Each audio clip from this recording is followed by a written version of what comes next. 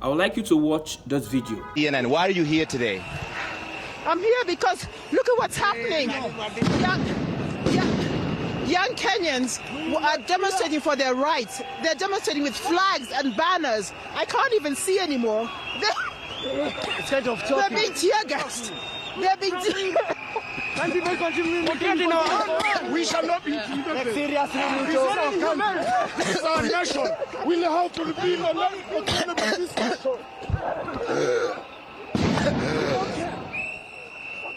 Mr. to former President of the United States, Barack Obama, has been attacked in the ongoing protests in Kenya. Kenya is on fire. Bloody protest youths have gone haywire.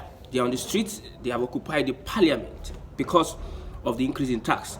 Now, pastors, imams, bishops, traditional rulers, sheikhs, Islamic scholars, whatever you are, whoever you are in Kenya, they are all teamed up together to stand against this bill.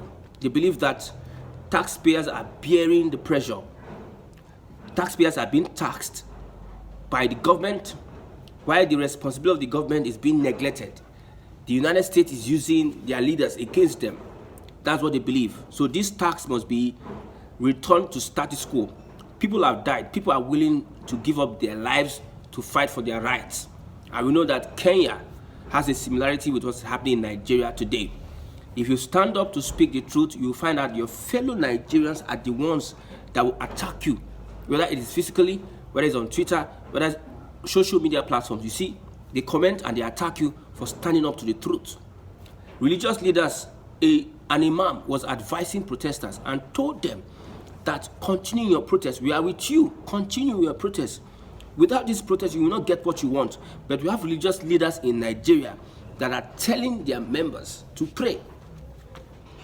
Playing that politics, playing on the psyche of their members not to stand up for their rights. The template of slavery used by the politicians of today is being copied from our religious leaders. Because how would we have a country like this with all that is going on? People are afraid to come out to protest. People are afraid to come out and air their opinion. People are afraid to give themselves up for the betterment of the country. Like I said, one Nigeria is a fraud. Nigeria does not really exist. It exists on the papers of the British colonialists, those that brought Nigeria together for their gain. You can see the president, the leaders of the Senate in Kenya are being accused, are being said to be used by the United States. Like the way the United States and the UK, they are influencing our leaders. Look at what is happening with the Bill Gates GMO that is coming into the country. Nigerians are saying no, but the president and his co-allies that the democracy is for are saying yes. How will you explain that a country where we have people that are suffering, but religious leaders are the ones siding with the government? They gaslight. One thing I've learned of recent is that there are certain people that use this gaslighting as a weapon. They make you feel, they blackmail you, they make you feel like you're wrong for standing up for the truth. Because Nigerians are not convinced, they're not convicted of what they are standing for. Like me, I'm very, very convicted. Nobody can push me here nor there. The problems we have today is majorly our institutions that are working on the mindset of Nigerians not to think that they need to stand and fight for their right before they get freedom. Faith without work is dead. Faith without work is dead. Jesus told Peter, the biblical Peter, cast your net. If Peter did not cast his net and kept on praying, do you think that you will have caught any sort of fish? Do you think that during Jonathan's regime, some people came out and they did protests here and there? At the end of the day, it is time to pray to God in a Tinubu's regime that Nigerians have experienced the worst type of hunger, the worst type of famine, the worst type of economic downturn. People cannot afford to feed. Those that can afford to feed are complaining that they cannot eat what it is they want to eat. The big men, the average men, the poor men, they are all complaining. Yet in a country, we find religious leaders discouraging, playing on the emotions of their members, not to attack the government, or come out for protests. And when there's a comment on that, people want to gaslight you and say, touch not the anointed, and do my prophet no harm. Now look at Kenya. The anointed of God, the anointed, are you saying they are not anointed in Kenya? The bishop, the pastors are coming out to encourage the people to stand up and fight for their rights. When you look at economies that are working, when you look at societies that are working, this is what they do. They don't pray. China is not a kind of, they pray, they are religious people, but they take actions. But you want to gaslight Nigerians not to come out and take it. Because the government, you see, like I said, they don't have conscience, they are heartless, they don't have you at heart. In fact, if Nigeria is going to work, it is not going to be beneficial to these guys. Nigeria working is going to be against their interest. So they must find a way to keep Nigeria unworkable.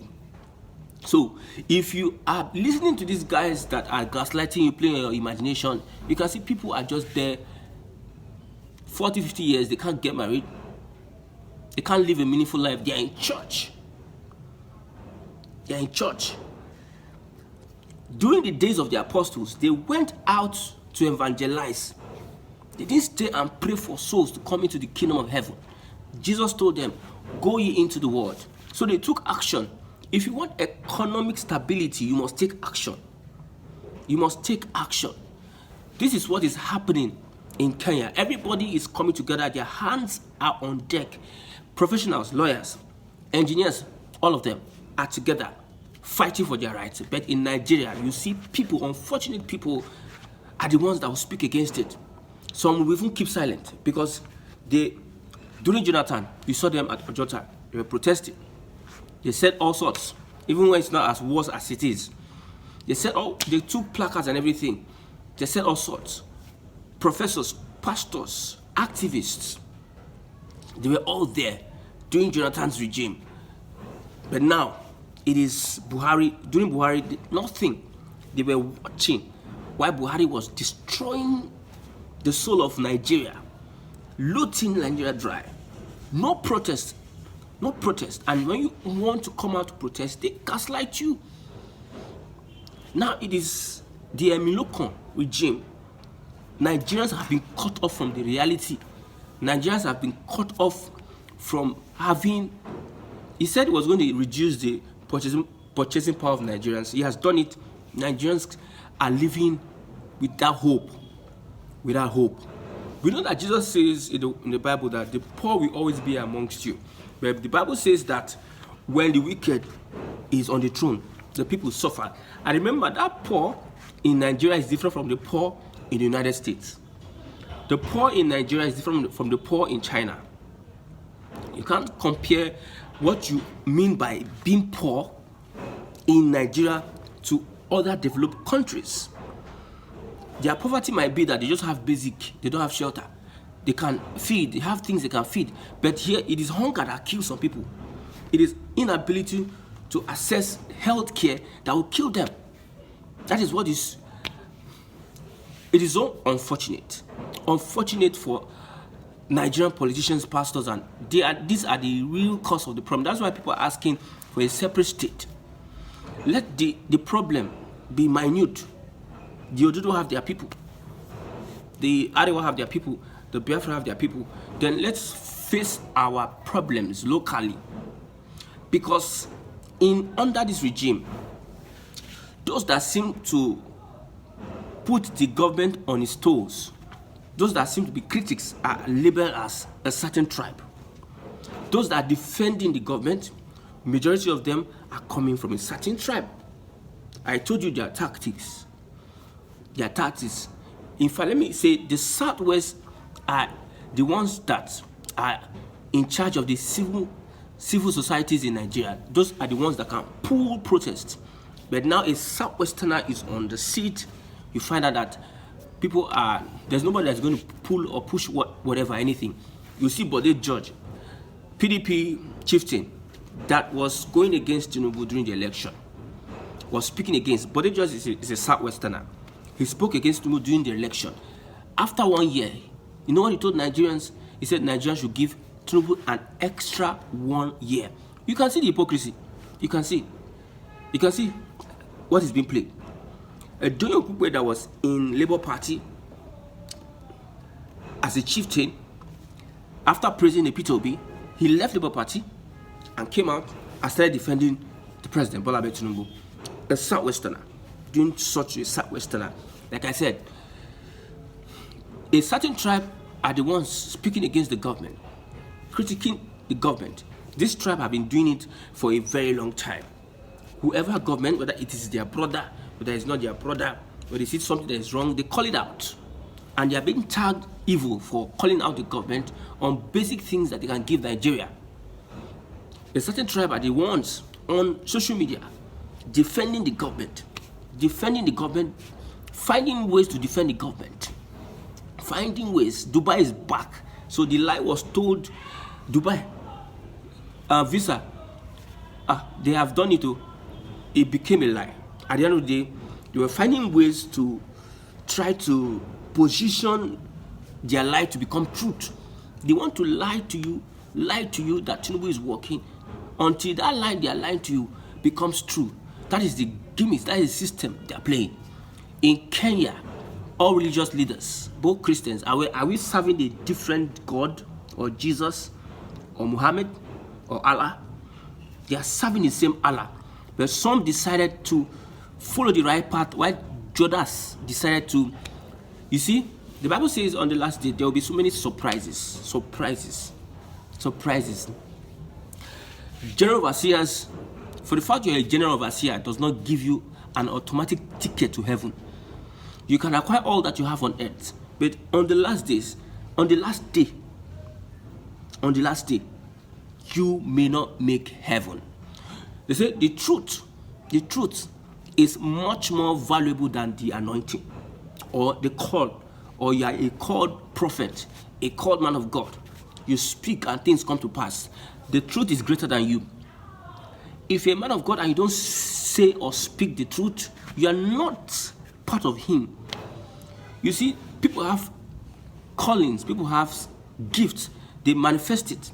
The devil has gifts. The devil also manifests his gift. So there's no difference between you and the enemy of light. Remember, the devil was a creature of God, one of the prominent best creature of God. My anger is that with all the suffering that is going, people just, with their level of exposure, with their level of understanding of what is going on in the country today, they just prefer to stand on the path that is against the people. Like now in Nigeria, what is happening in Kenya is not up to a 1/10 of what's happening in Nigeria today. They just increased tax. But one, after subsidy, they removed subsidy, everything skyrocketed over 100%. A Pepsi that was sold 150, 100 thereabout is now 400. That is above almost 200%. You see, you see the basic things that even a Jebu Gary cannot be, is not affordable. Rice is not affordable. Beans is not affordable. Tomato, pepper, these are the basic things that keep people can live on. Is not affordable. This is not the case that is happening in Kenya today. But yet Nigerians just fold their hands and they are just looking. Somebody will say I'm APC. Someone will say I'm Labour Party. Someone will say I'm PDP. Someone will say I belong to this church. Papa, at the end of the day, the country whereby God has called you, or whether you're an imam, sheikh, whatever, where you are, you cannot make a positive change and impact. You are deceiving yourself. This is an example. What is happening in Kenya today? The world is hearing your voice. It is an example to every other country in Africa. Probably Kenya will now take turns as the giant of Africa because Nigeria has not shown itself. They are accusing their president of being a puppet to the United States. David Hundeyin, an investigative journalist, made some statements, and I looked at it very well, that the presidency, Bola Ahmed Tinubu, the president, Bola Ahmed Tinubu is being used by the United States. He's a decoy for the United States. He's a CIA agent for the United States, according to his statement. They have his files that he committed, whatever, perjury or whatever you call it, drug dealing, drug whatever, the allegations are there. They are using that to control. The United States don't like African countries. They just want to control these countries to their own interests. What do? They find leaders they can use to exert their authority, exert their influence, using the IMF, the World Bank, whatever. They put you in debt so that you can be indebted to them. They can control you for their own benefit. Which company was hosting the IRF server, IRF, that was switched off, according to reports? Which country, which company manufactures that technology? Is it in Nigeria? Is it in Africa? If not the United States. These guys, they find a way to control Africa through political leaders that would be at their beck and call.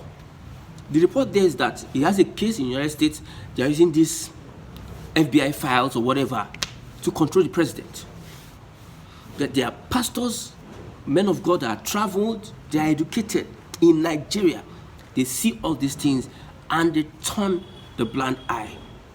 Imams are the ones that are preaching hate, religious bigotry. Imams in Nigeria are the ones that are preaching hate. They are the ones that are blessing politicians for evils they are doing. Politicians are the ones coming to give thanksgiving for winning an election that they kill people and they rig the election. A politician will now kill people in an election, kill Christians, kill Muslims, steal from the people, and go to the church.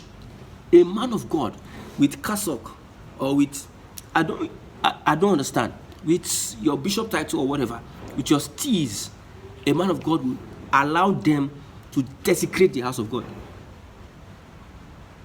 No wonder prayers don't get answered when it comes to the country Nigeria. I've been praying for a very long time, and yet the answers to prayer, we don't see it. I believe that God is going to bless me in Nigeria, but I don't believe that Nigeria as a country will get better. My family will be blessed. The children of Israel in Goshen, they were blessed by God. That's why the fact that Egypt was under famine. So for the country to be better, the religious leaders, professionals, wherever they are, because of bigotry, because of hatred, because of religious differences, because of evil, wickedness in their hearts and mind, they don't want the country to succeed and survive. They are just after what they can get. Investigations were made by the EFCC. A church was involved in money laundering. They had to close it because they are powerful. Kudos to the Kenyans. What you are doing, the truth will always overcome evil. If they like in Nigeria, let them be doing evil. Both the pastors and imams, let them be uplifting evil with their words, with their actions and their attitude. Let them continue. But these people, from the mouth of babes, God speak. From the mouth of people that we don't expect. Why we have those ones that are highly exalted. The truth is far from their mouth. But from the mouth of babes, the truth is coming out. Kenyans, we support you in Nigeria. We have lost it. We could regain it. But the people in power and these people, the people that are being ruled, all of them, they don't know where they are and they don't know where they are going. Thank you.